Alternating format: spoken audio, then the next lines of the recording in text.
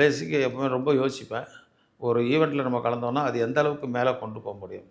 ஒரு ஹோட்டலில் வேலை செஞ்சால் எந்த அளவுக்கு பண்ண முடியும், சர்வர் ஆக முடியும், அதுக்கப்புறம் சூப்பர்வைசர் ஆக முடியும், தென் ஓனர் ஆகலாம், மேனேஜர் ஆகிட்டு ஓனர் ஆகலாம்.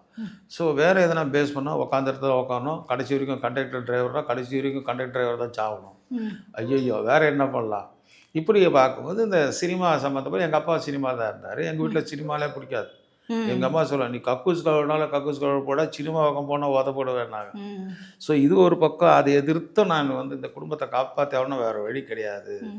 ஏன்னா சினிமா என்பது எதுவுமே எளிதாக கிடைக்கக்கூடிய ஒரு இடம். கிட்டத்தட்ட பாண்டி பஜார் ரத்தராஷ்டிர பக்கத்தில் இது இருப்பார்.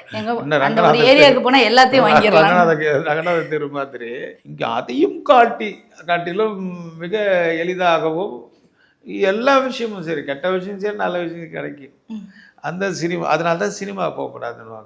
ஏன்னா மோகங்கள் எப்படின்னா முதல்ல நல்ல விஷயம் கண்ணுக்கு வராது. அது எப்படி மோகமாக இருக்கணும், நல்ல விஷயத்து மோகமாக இருந்தால் நம்மளுக்கு ஆரோக்கியமாக இருக்கும். போகும்போது பெண்களும் ஆண்களும் சகஜமாக பழகுது, பேசுது, கட்டி பிடிச்சிக்கிறது, இது இந்த சினிமா வட்டாரத்தில் இருக்கிறனால எங்கள் அம்மாவுக்கு அது பிடிக்காது. ஸோ அதனால தான் போக வேணாம். நான் சொன்னேன் சரி அப்படி போனால் தானே உனக்கு இது நம்ம குரங்கு வேலை இருக்குது, நான் ஜிம்னாஸ்டிக் பண்ணுறேன் அப்படின்னு சொல்லிட்டு இந்த ஸ்டண்ட்டில் வந்தேன்.